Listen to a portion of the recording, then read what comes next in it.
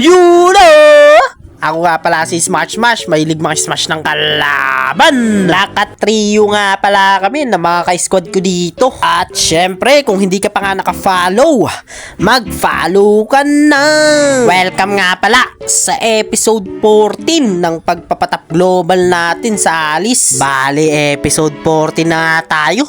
Medyo malayo-layo na din talaga no? Sa mga hindi nga nakakaalam, ang ginagawa nga nating content ay Alice to Global. Bali, meron na nga tayong 23 matches with 86% win rate sa Alice. Pero bago nga lahat, sasagutin nga muna natin tong tanong na to. Bali, depende nga sa kalaban yung ibibuild mo na build sa Alice. Situational, kumbaga. Balik na nga tayo dito sa game. Sabi nga ni Pakito, birthday niya daw. Sabi niya nga kasi dito, napasavage daw siya. Ano kasi ni swerte? Hindi ko nga alam kung ano na nangyayari sa mga ML player ngayon. Bakit ang iingay? Etong Tamos, nagre-relapse pa nga. Iniwan daw siya. Bagay lang yan sa'yo. Weak ka kasi, boy. Balik nga tayo dito sa game kasi nasusobrahan na yung pagkadaldal natin. Dito nga nagpapahabol pa tong Beatrix. Kaso nga lang, patay ko siya. Yeah! Papahabol pa nga tong Pakito. Tapos sasabihin niya, take time daw. Anong take time, take time? Good trade yun, boy. Nagwawala pa nga tong Tamos. Boom, bagsak. Huwag ka kasing matapang masyado, boy. Isipin mo muna yung mga galawan na ginagawa mo. Masyado ka kasing sakim. Hinabol na nga din namin tong Carmilla at wala na tong gagawin kasi pinagbabaril-baril na din ng Layla. Dito ka nakasitaw ng dalawa. Tugnas talaga, Lagunos. Ang ganda nga ng mga naging clash namin dito kasi nakaka-free hit yung Layla namin na maayos. At eto na nga ang huling clash na magaganap sa amin. Pinasok ko nga pala to kahit nasa Tori na. At buti na nga lang naka-follow up tong mga kakampi ko. Nice follow up nga para kay Sora at sa mga kakampi ko dito. Bali kahit nga natodos ako ay okay lang kasi uubusin to ng mga kakampi ko. Lusaw, smash talaga, malala. Ang galing nga ng Layla dito kasi ang ganda ng mga positioning niya. Kaya nga,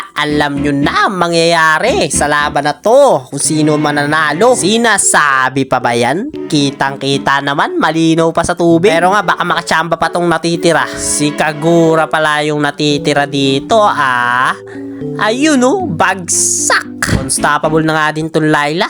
Ang galing ko talaga mag-core. Kaya nga, matatapos na naman ang laban sa digmaan na malalakas lang ng nakakalaban. Yun lang. Bye-bye!